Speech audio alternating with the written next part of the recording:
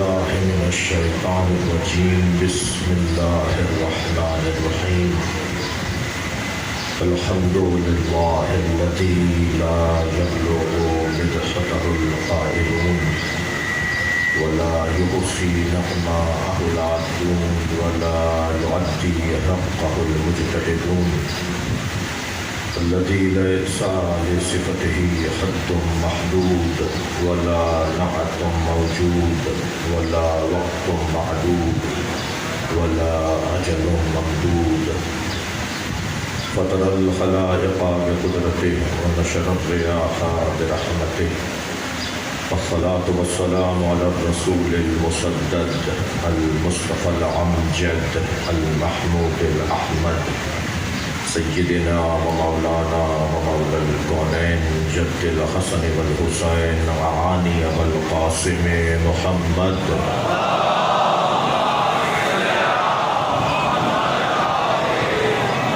وآله الطيبين الطاهرين المعصومين الذين قال الله وإنما يريد الله ليذهب عنكم الرجس أهل البيت ويطهركم تطهيرا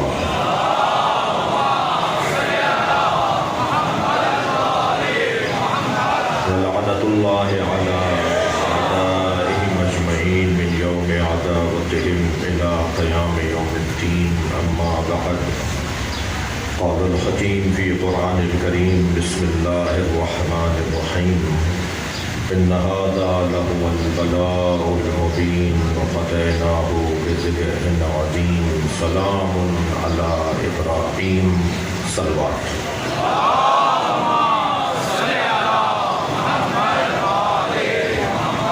ایک سورہ فاتحہ 3 مرتبہ سورہ اخلاص عالم دین ذاکر اہل بیت خوش عقیدہ خوش مزاج خوش عمل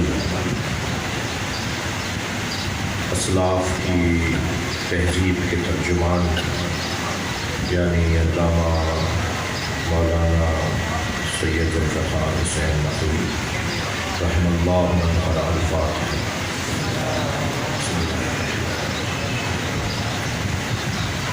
الرحمن الرحیم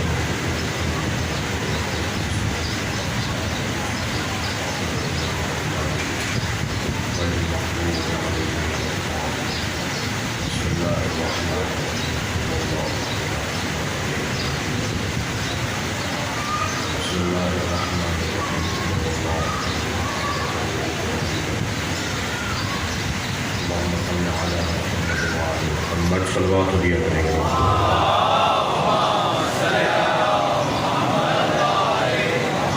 سورہ مبارکہ صافات کی مسلسل 3 آیتیں اور آیتیں مختصر ضرور ہیں مگر ان کا عنوان بہت مکمل ہے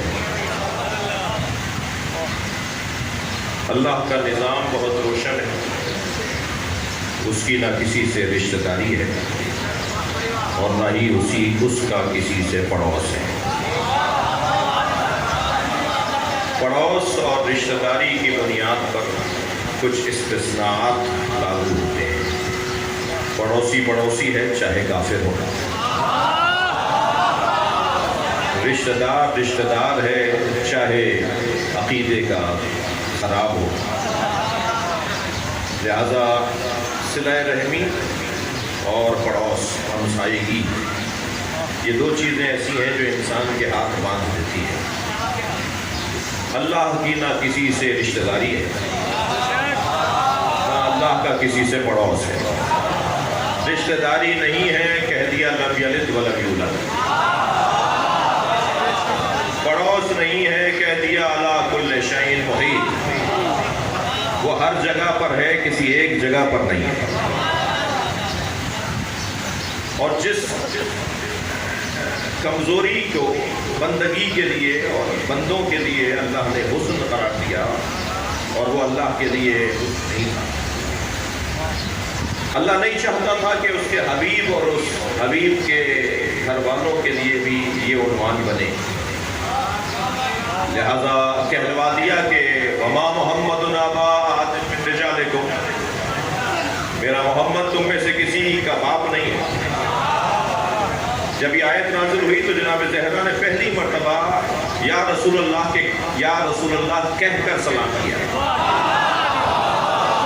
تو نبی نے فوراً فرمایا تم مجھے بابا کہو۔ اب یہاں اللہ کہہ رہا ہے یہ کسی کے باپ نہیں ہے، مشاہدہ کہہ رہا ہے کہ وَأَبْنَاءَنَا وَأَبْنَاءَكُمْ،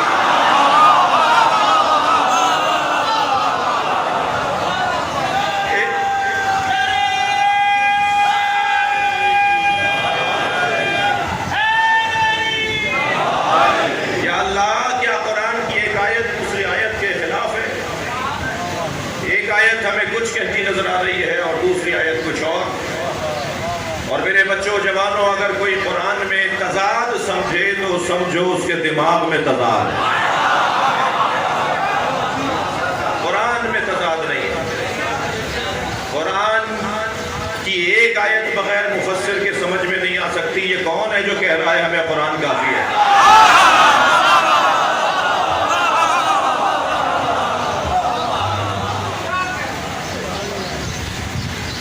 ایک جانب مشاہدہ اور ایک جانب قرآن کی آیت، تو کیسے حل کریں گے اس مسئلے کو؟ الجھن تو ڈال دی میں نے بچوں کے دماغ میں، اس الجھن کو دور کرنا بھی اسی ممبر کا کام ہے۔ اور یاد رہے اس سے اچھا اسکول کہیں اور نہیں ملے گا جسے امام بارگاہ کہا جاتا ہے۔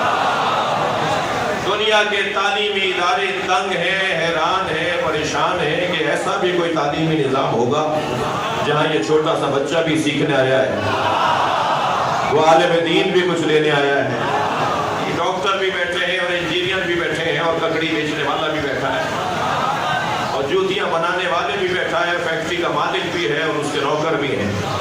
خبردار امام بارگاہوں میں بیٹھنے والوں کی دید علیحدہ ہوتی ہے۔ ہم وہ دیکھتے ہیں جو حسین دکھانا چاہتے ہیں۔ سرخ شیشوں کی اگر اینک لگا دی جائے تو شلجم بھی چقندر نظر آتا ہے۔ ہم اس مجلس میں اس لیے آتے ہیں کہ ہماری دید روشن ہو جائے، ہماری اینک صحیح نمبروں کی ہو جائے۔ میں ایک جگہ سے گزر رہا تھا، رستے میں سانپ بیٹھا ہوا تھا، میرے بڑھتے ہوئے قدم رک گئے، سوچنے لگا موذی ہے، حملہ کرے گا۔ ابھی کھڑا سوچ رہا تھا کہ کچھ لوگوں نے تبصرے شروع کر دیے، دیکھو مولانا کو بڑی شجاعت کی باتیں کرتے ہیں اور سانپ سے ڈر رہے ہیں۔ اب میں سوچنے لگا ان کے چڑھانے میں آؤں یا عقل مندی کا ثبوت ہو۔ جی بہت سارے لوگ چڑھانے کے بعد غائب بھی ہو جاتے ہیں۔ ابھی میں کھڑا سوچ رہا تھا کہ یہ چھوٹا سا بچہ میرے برابر میں آ کے کھڑا ہوا اور کہنے لگا مولانا یہ پلاسٹک کا سانپ۔ جیسے ہی مجھے معلوم ہوا پلاسٹک کا سانپ ہے، میں نے اس پہ پیر رکھا، اسے کچلتا ہوا چلا گیا۔ معلوم یہ ہوا جب حقائق روشن ہو جاتے ہیں تو اقدامات بھی تبدیل ہو جاتے ہیں۔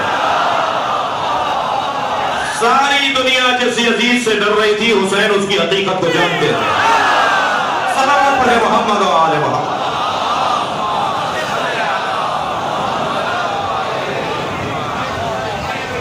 یہاں بیٹھنے والوں کی دید علیحدہ ہے۔ ہم جس گھڑے سے پانی پیتے ہیں اس کا ذائقہ ہی کچھ اور ہے۔ اور میں اپنے ان جوانوں اور بچوں سے اکثر گزارش کرتا ہوں کہ اپنے ساتھ اپنے ایک بھائی کو ملایا کرو۔ مولا علی نے تو قاعدہ دے دیا نا کہ بھائی دو طرح کے، ایک تمہارے دین میں تمہارے بھائی، حضرت مالک اشرف سے فرمایا، اور ایک تمہارے انسان ہونے میں بھائی۔ تو اپنے ساتھ اپنے بھائی کو ملایا کریں۔ جو دینی بھائی ہے وہ تو خود ہی آ جاتا ہے، وہ جو انسان ہونے میں بھائی ہے اسے ضرور سامنا ہے۔ ذائقہ چکھے، جس نے کچی پکی نہ پڑھی اسے میٹرک کی باتیں کیسے سمجھ میں آئیں گی؟ تو معیار اونچا ہوگا، فہم بلند ہوگی اور سمجھ میں آنے لگے گی باتیں، اور اس کا دور تک نتیجہ ہے۔ اور الحمدللہ ایسا تیزی سے ہوتا جا رہا ہے۔ گفتگو یہ ہے کہ اللہ کا کسی سے کوئی پڑوس نہیں، اللہ کا کسی سے کوئی رشتہ نہیں۔ تو کیونکہ پڑوس اور رشتہ داری استثناء امر ہے، تو اللہ نے اپنے حبیب کو بھی رشتہ داریوں اور پڑوس کی جو کمزوریاں تھیں ان سے آزاد کر دیا۔ یعنی اب اگر کھڑے ہو رہے ہیں تو اس لیے نہیں کہ بیٹی آ رہی ہے،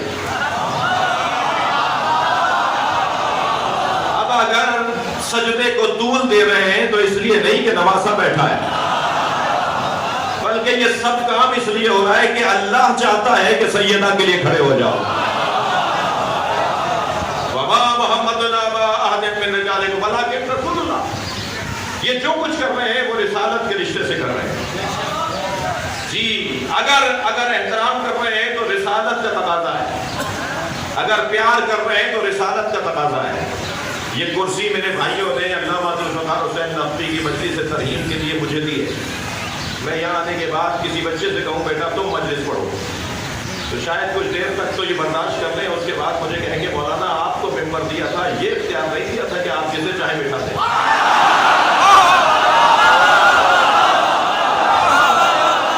یہ جس کرسی پہ نبی بیٹھے تھے وہ نبی کی کرسی ہے. اب اگر اس کرسی پہ سیدہ کو بٹھا رہے ہیں, ایک صلوات پڑھ لیں محمد وآلہ محمد.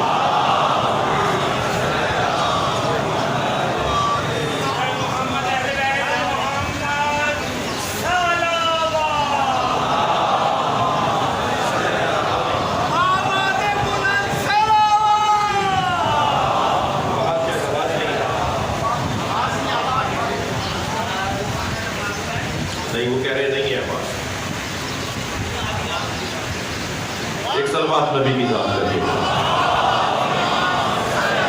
ٹھیک ہے. اب باہر سے سلوات پڑھ کے دکھائیے اگر آواز آ رہی ہے. اب سب مل کر سلوات پڑھیے.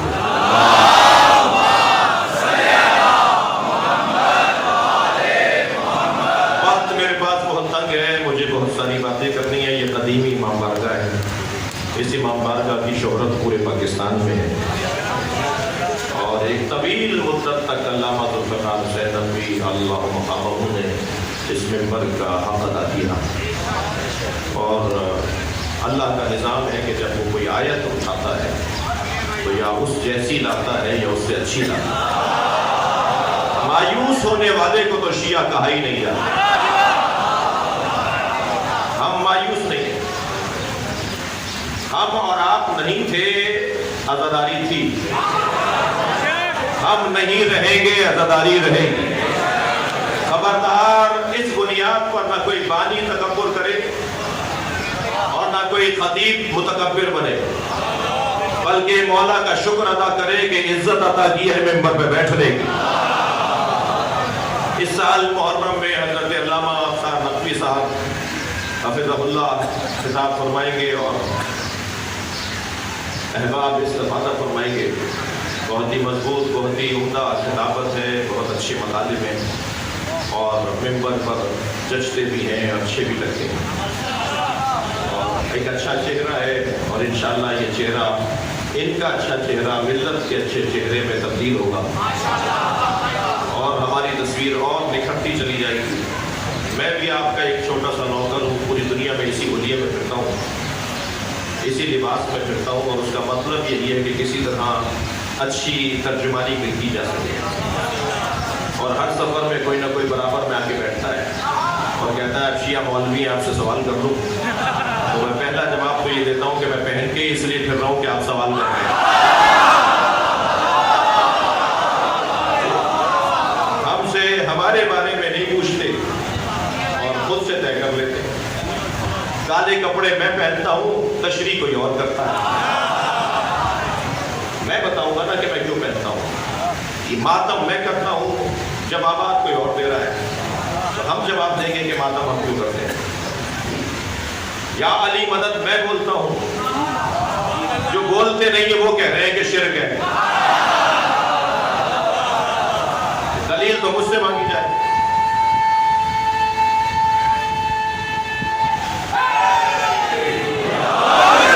تمام تر رشتوں سے بالا تر اور تمام تر قید اور عیوب اور نقائص سے منزہ ذات, اس ذات نے اس کائنات کے لیے ایک نظام بنایا ہے. اور نظام یہ ہے کہ جتنی مصیبتیں بڑھیں گی اتنی فضیلتیں بڑھیں گی. مصیبتوں کا فضیلتوں کے ساتھ بڑا گہرا تعلق ہے, اور فضیلتوں کا بھی مصیبتوں کے ساتھ بڑا گہرا تعلق ہے. کوئی صاحب فضیلت ہو نہیں سکتا جب تک صاحب مصیبت نہ ہو, اور جو صاحب مصیبت ہوتا ہے وہ صاحب فضیلت ہوتا ہے.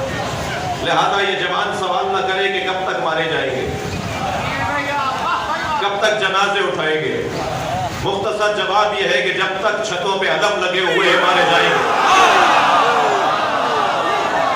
اذانوں میں علی ولی اللہ کی صدائیں جب تک باقی رہیں گی، یہ آزمائشیں باقی رہیں گی۔ کسی نے زبردستی کہا تھا کہ لا الہ الا اللہ پڑھ لو، کیا لا الہ الا اللہ کی مصیبتیں کم تھیں جو محمد الرسول اللہ بھی پڑھ دیا؟ اور کیا محمد الرسول اللہ کے پریشانیاں کم تھیں جو علی ولی اللہ بھی پڑھ دیا؟ ہم تو مصیبتیں مول لینے والے لوگ ہیں، ہم پریشانیاں ڈھونڈنے والے لوگ ہیں۔ ہم جانتے ہیں کہ جتنے مسائل بڑھیں گے اتنے ان کو حل کرنے کی صلاحیتیں بڑھیں گی، اور الحمدللہ پوری دنیا میں ہم 156 ممالک میں 1.5 ملک ہیں جہاں علی ولی اللہ کی اذان آتی ہے، اور کوئی سارے ہی دنیا کے اندر پوری ممالک کے اندر کہیں 10%، کہیں 5%، کہیں 25% مولا علی اور اہل بیت کے چاہنے والے ہیں۔ لیکن اتنی بڑی تعداد ہم سے زیادہ ان بھائیوں کی ہے کہ جو ان میں ایک تعداد ہمیں پسند نہیں کرتی، ہمارا وجود انہیں پسند نہیں ہے، اور غلط فہمیوں کا شکار ہے، اور غفلت کا شکار ہے، اور جہالت طاری ہے۔ اور میرا اور آپ کا کام یہ ہے کہ ہم جہالت کا خاتمہ کریں اور لوگوں تک پیغام پہنچائیں۔ یہ ہو نہیں سکتا کہ اگر کسی کا شامہ سالم ہو تو اسے گلاب کی خوشبو نہ آئے۔ ہمیں شامہ سالم کرنا ہے، بیماروں کو شفا دلوانی ہے، تاکہ خود بخود لوگ اہل بیت کی طرف راغب ہونا شروع ہو جائیں۔ مطلب صرف اور صرف یہ ہے، بہت ہی اونچا اور روشن پیغام ہے کہ اگر فضیلتیں حاصل کرنی ہیں تو مصیبتوں کے لیے تیار ہو۔ کچھ تو ایسی آیتیں ہیں جنہیں فریم کروا کے گھر میں لگانے کی ضرورت ہے، کچھ ایسی حدیثیں ہیں جنہیں دوبارہ بنوا کر گھر میں لگانے کی ضرورت ہے، تاکہ آتے جاتے اس پہ نگاہ جائے اور میری رویے پہ فرق آئے، میرے طور طریقوں میں فرق آئے۔ قرآن سورہ مبارکہ تکبیر میں اللہ ارشاد فرماتا ہے فَأَيْنَ تَذْهَبُونَ، کہاں جا رہے ہو؟ پوری آیت ہے، کہاں جا رہے ہو؟ اس آیت کو دوبارہ بنوا کے گھر میں لگایا جائے، آتے جاتے اللہ ہم سے پوچھ رہا ہے کہاں جا رہے ہو؟ جانے کے لیے جواب ہے تو جاؤ، ورنہ کہاں جا رہے ہو؟ مولا علی کا یہ قول الدہر یومان، زمانہ 2 دن ہی کا تو ہے، یوم لکا و یوم علیکا، ایک دن تیرے خلاف رہے گا، ایک دن تیرے حق میں رہے گا۔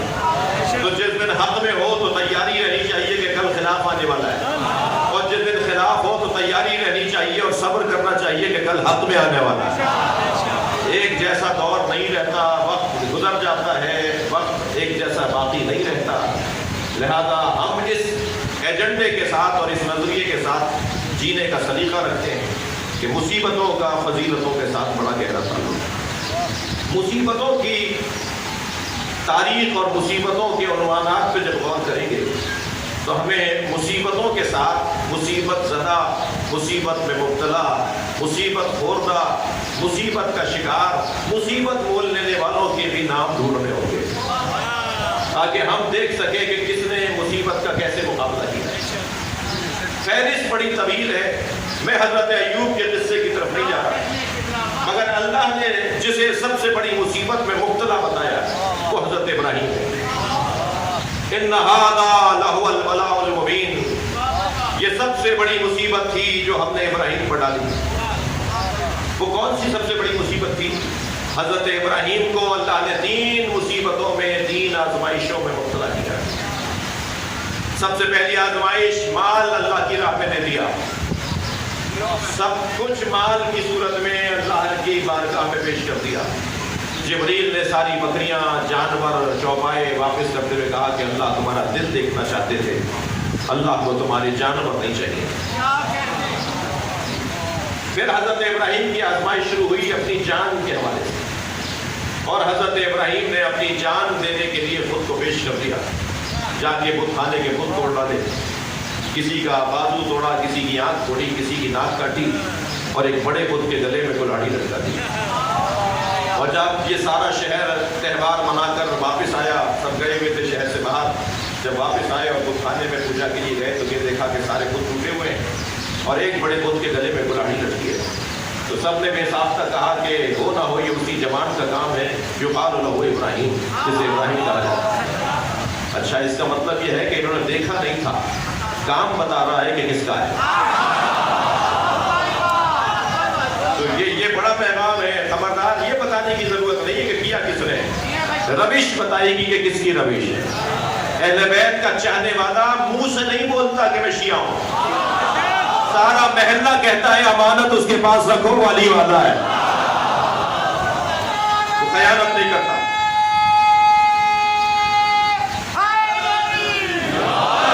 اور حضرت ابراہیم نے فرمایا کہ اسی نے توڑا ہوگا جس کے گلے میں کلاڑی لٹکی ہے۔ تو کہنے لگے وہ کیسے یہ کر سکتا ہے جو خود اپنی ناک پہ بیٹھی مکھی نہیں جل سکتا؟ تو عزیزو، جیسے ہم مردے کو اسماء افہم کہتے ہیں نا، یہ مجلس بھی اسماء افہم کہنے کی جگہ ہے۔ حضرت ابراہیم نے اس مجمع سے خطاب کرتے فرمایا کہ جو ناک پر بیٹھی مکھی نہیں جل سکتا وہ تمہارا خالق اور تمہارا رازق کیسے ہے؟ پوری قوم کو جھنجھوڑ ڈالا حضرت ابراہیم نے، مگر کہنے لگے کیا اسی نے ہے لہذا اسے سزا دی جائے، آگ میں پھینک دیا جائے۔ آگ میں پھینکا حضرت ابراہیم کو، اور پھینکا، لے کر نہیں گئے کیونکہ خود جا نہیں سکتے تھے اس کے قریب۔ اور جب حضرت ابراہیم فضا میں اڑتے ہوئے جا رہے تھے، منجنیق میں ٹوکری میں رکھ کر پھینکا تھا، تو جبریل فرشتوں کے ساتھ بارگاہ پروردگار میں حاضر ہوئے، یا اللہ تیرا خلیل جلایا جا رہا ہے۔ اللہ نے کہا جا کے پوچھ لو میرا خلیل کیا چاہتا ہے۔ جبریل نے آ کر کہا حل لگا حاجت یا ابراہیم، میں ابراہیم کوئی حاجت ہے؟ اب ابراہیم آپ کی طرف جا رہے ہیں اور جبریل سوال کر رہے ہیں۔ فرمایا اما الیک فلا، ہاں ہے مگر تم سے نہیں ہے۔ حضرت ابراہیم نے فرمایا ہاں تم سے کوئی حاجت نہیں ہے۔ کہا کس سے ہے؟ کہا اسی سے جس نے تمہیں آنے کی اجازت دی ہے۔ کہا پھر بتا دو میں اس تک پہنچا دوں۔ عزیزان گرامی توجہ چاہوں گا، بعض لوگ کہتے ہیں کہ ہمیں وسیلے کی ضرورت نہیں ہے۔ اگر آپ کو کوئی ملے تو پہلے تو اسے کہیں کہ اپنا چہرہ آئینے میں جا کے دیکھو، تم اس قابل ہو کے یہ کہو کہ ہمیں وسیلے کی ضرورت نہیں ہے۔ جو کہنے کا حق رکھتے تھے محمد اور علی، انہوں نے نہیں کہا نبی علی کو وسیلہ بناتے ہیں، علی نبی کو وسیلہ بناتے ہیں۔ فرما رہے ہیں کہ ہاں میں اسی سے بات کرنا چاہتا ہوں جس نے تمہیں بھیجا ہے۔ کہا بتا دو پہنچا دو۔ اب جملہ سنیں، نظام دے رہے مولا امام سجاد اور حضرت ابراہیم قرآن کی اس تفسیر میں فرماتے ہیں اللہ اکبر، علمہ بحالی یغنی عن سوالی، وہ مجھے دیکھ رہا ہے، اس کے بعد حاجت کون سی رہ گئی؟ امام فرماتے ہیں یا اللہ میں تجھ سے دعا اس لیے نہیں مانگتا کہ میری دعا قبول ہو جائے۔ ہماری اصلاح کر رہے ہیں امام، یا اللہ میں تجھ سے دعا اس لیے نہیں مانگتا کہ دعا قبول ہو جائے، میں دعا اس لیے مانگتا ہوں کہ دعا مانگنا عبادت ہے۔ اللہ دیکھ رہا ہے، بس میری یہی حاجت ہے۔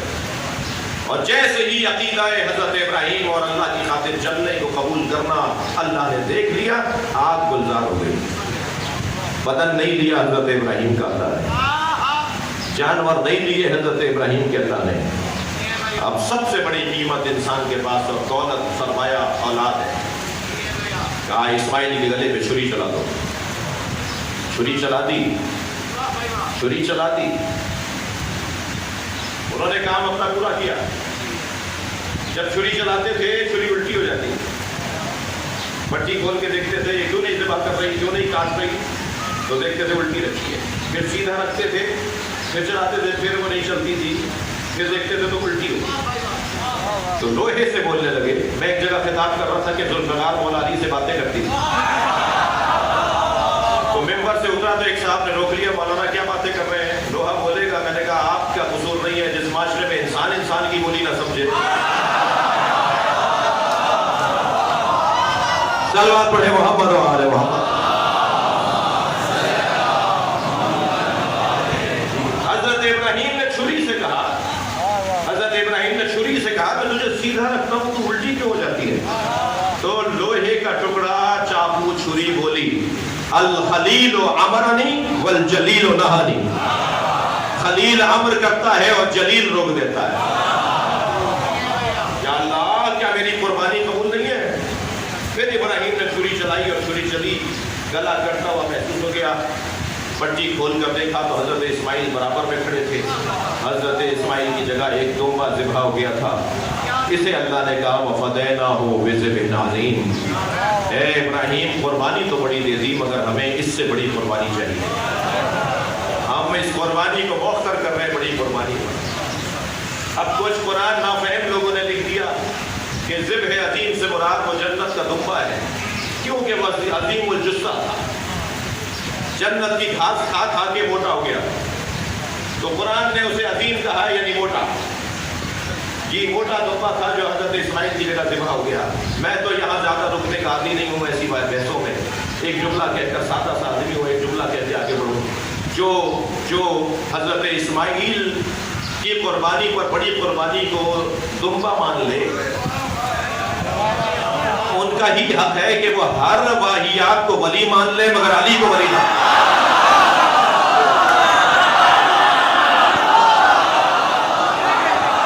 صلوات پڑھیں گے محمد و آل محمد۔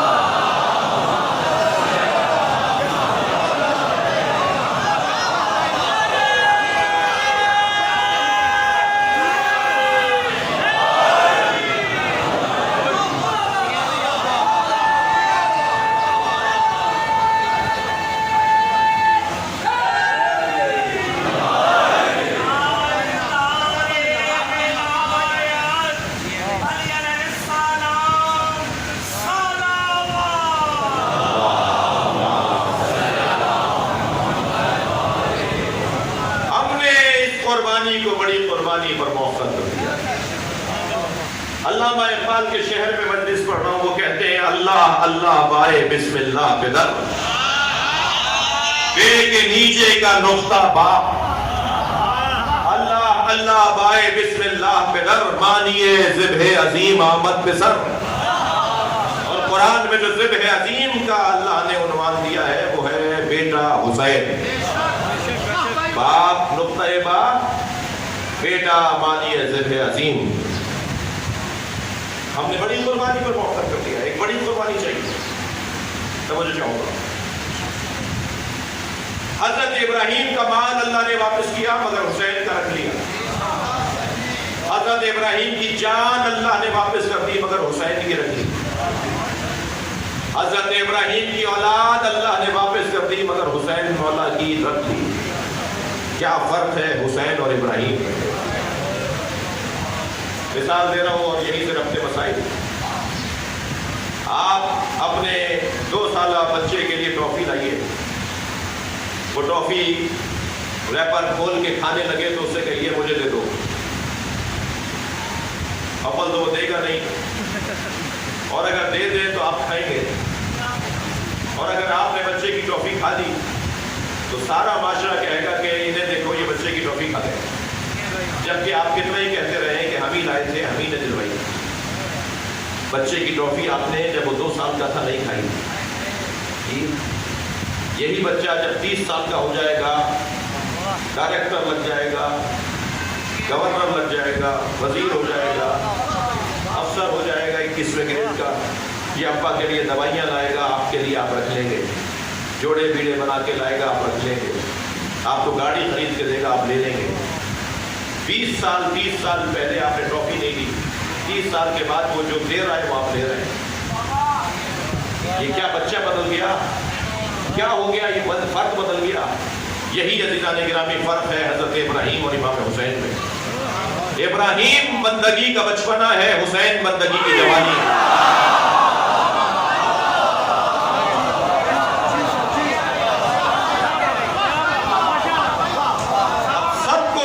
سے لیا جائے گا اس لیے کہ بندگی کی باپ میں حسین سے بڑا کوئی بندہ نہیں۔ ہم نے اس قربانی کو بڑی قربانی پر موخر کر دیا۔ وہاں 1 اسماعیل، یہاں 58 اسماعیل، 18 صرف مولا علی کے بیٹے ہیں اور 58 بھی بنی ہاشم نہیں ہے، بنی ابو طالب۔ بنی ہاشم کہہ کے تو ہم نے خاندان بڑا کر دیا، وہاں حضرت عبد المطلب کی اولادیں نہیں ہیں، وہاں حضرت ابو طالب کی اولاد۔ کربلا میں اگر 72 ہیں تو 58 گھر کے لوگ ہیں۔ قربانی اس وقت مضبوط ہوتی ہے جب اس میں گھر سے، عزیزوں سے اور ہونے رشتہ داروں سے تعلق ہو۔ ہم بڑی قربانی دیں گے کتنے اسماعیل ذبح کیے حسین نے، 4 لاشوں پہ تو حسین بہت روئے۔ لاشیں تو سب میرے مولا نے خود اٹھائی، حتیٰ غلاموں کے لاشیں بھی کسی اور کو اٹھانے نہیں دیتے تھے۔